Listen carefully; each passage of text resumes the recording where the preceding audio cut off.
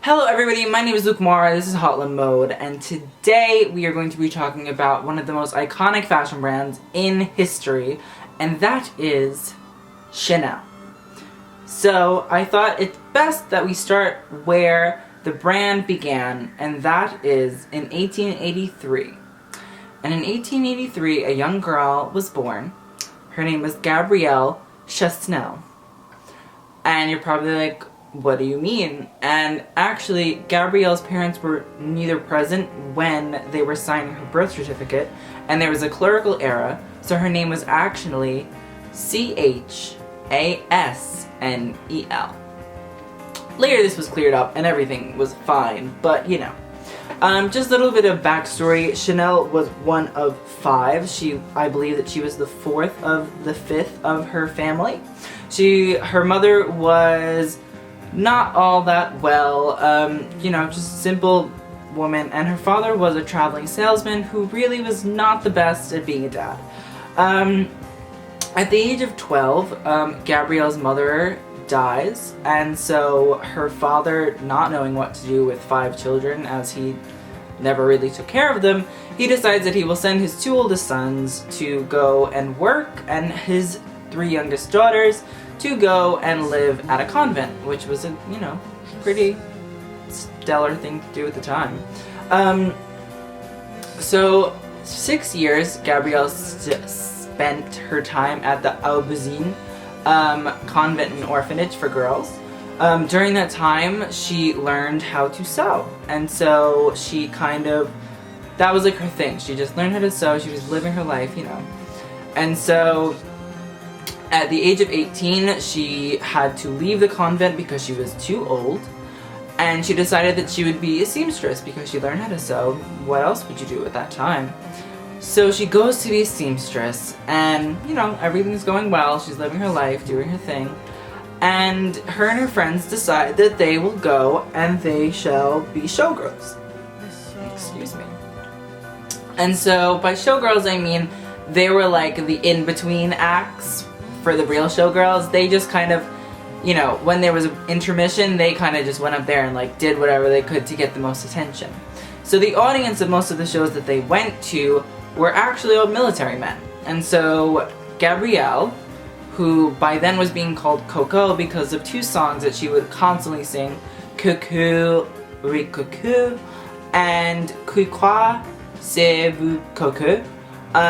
Those 2 songs she sang them all the time. They were popular, and so everybody started to call her Coco.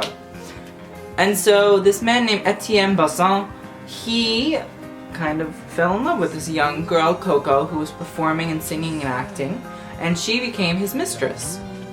He would buy her gorgeous diamonds, pearl earrings, dresses, horses. She would stay at his big mansion out in the French countryside. She was living in the life of, the lap of luxury. She had it all. And coming from a poor background, she had never had it all. So this was it was really shocking to her. And so then she meets this man named Arthur Capel. Arthur Capel is of the English aristocracy. He's very wealthy. And so in 1913, after having a lucid affair from her time being with Basson, she decides that she will start to sleep with Capel. And Arthur Capel then in 1913 decides that he will invest in this young girl who is a milliner, so she made her hats, and then she was a designer at the same time. So he said, yeah, I'll invest in you. You can open a store. So she opens this store, and her advertisement is actually not an advertisement, but 2 people. Her younger sister and her younger aunt, who are both around the same age. And she dresses them up, and she sends them all throughout the town to go and see and, show all the people what she's making. And that was the advertisements that she did, and they were successful. It brought people into the store. So then, after her first store, which is 21 Rue des Cambons, she decides that she will open another store in this place called Biarritz in 1915. And Arthur Capel gives her another investment to open this store, and she does it. She opens the store in a villa. Now the interesting thing was, she's a very smart girl, because this was around World War I. Who didn't get involved in World War I? Spain. Where is Biarritz near? Spain. So Gabrielle actually opened this villa to sell her clothing, and she had the ability to tap into the wealthy Spanish market because the Spanish weren't getting involved in the war. They were not spending their money on war. They were spending their money on whatever they wanted. So she actually made back the original investment by 1916 of the investment from Arthur Capel. So she really knew what she was doing. She was a smart businesswoman. She even said to Capel, she said, I'm doing this. I'm taking your money and I'm doing this. And she did it and it worked. So, you know, smart girl. Soon after that, she buys a big property at 31 Rue des Cambons. And she decides to make the upstairs an apartment and the downstairs a little atelier. Soon after that, her man, Arthur Capel, dies in a car accident. She is so sad and so heartbroken about this, and she does say that nobody would ever amount to who Capel was to her. He was something that could not ever be replaced. Not just financial-wise, but also love-wise. She really was in love with this man. And so, after that, she starts to, you know, really become the premier couturier in Paris. And the people are starting to really love her. And at one point, she employs about 4,000 employees making these dresses. And 31 Rue des Cambons really is a primitive fashion boutique. It was not like run-of-the-mill, you know, what it was during the day, because in that time, people would go and they would say, I want this dress specifically made for me. And so you would only be making one dress.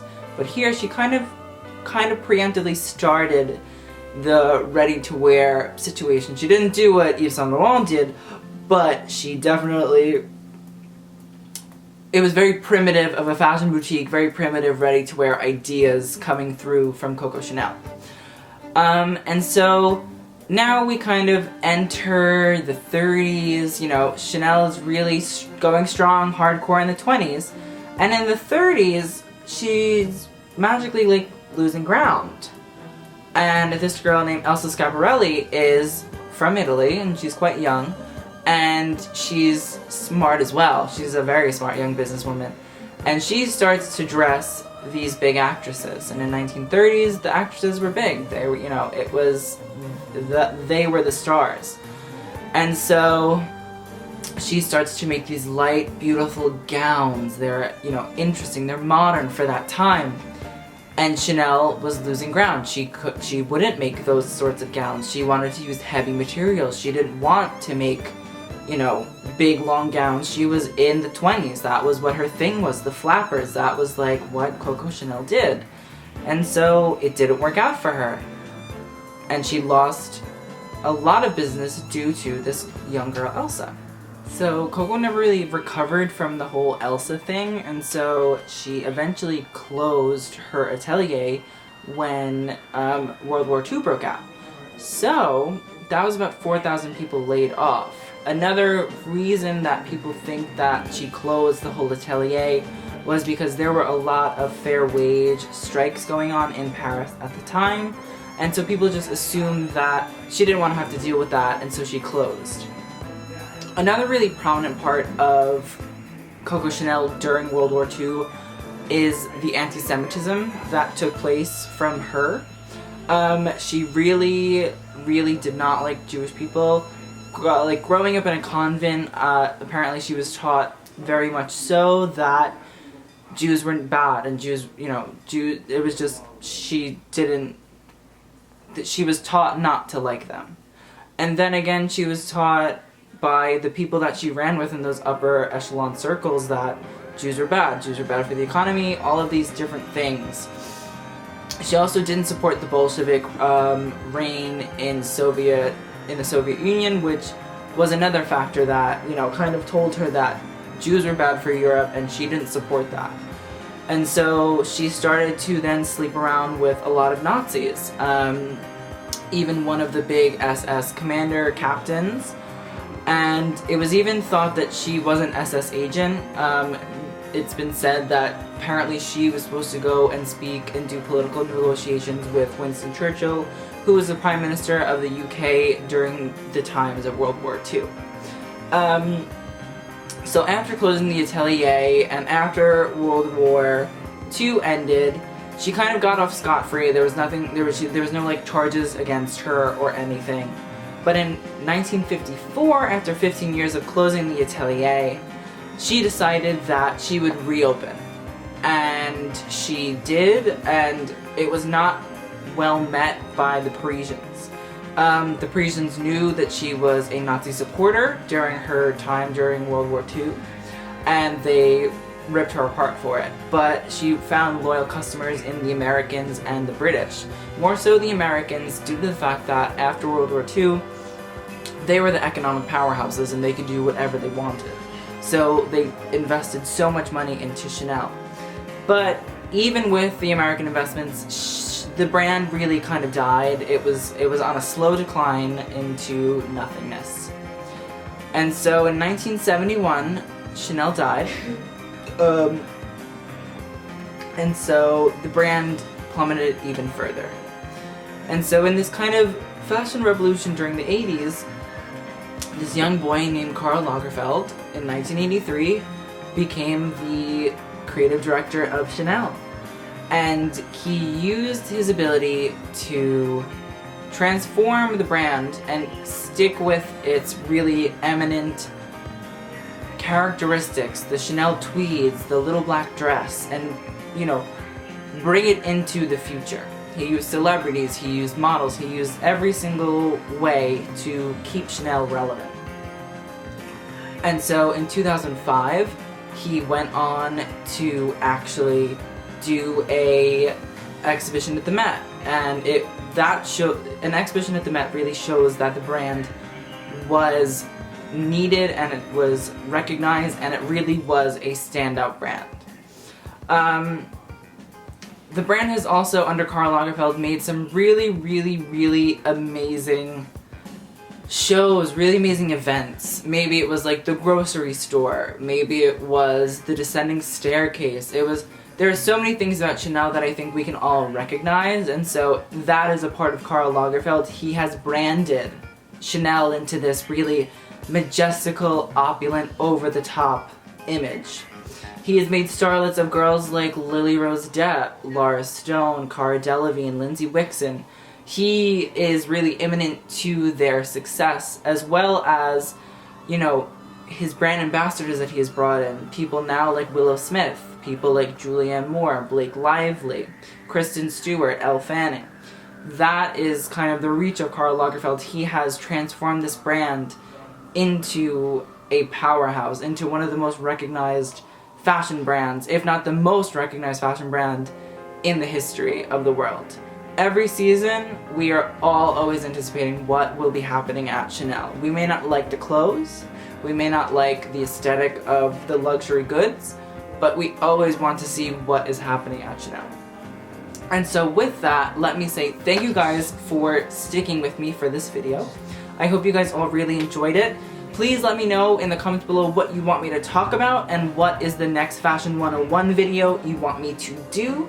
I will begin right now. In the works, I have Zach Posen and I have Marc Jacobs.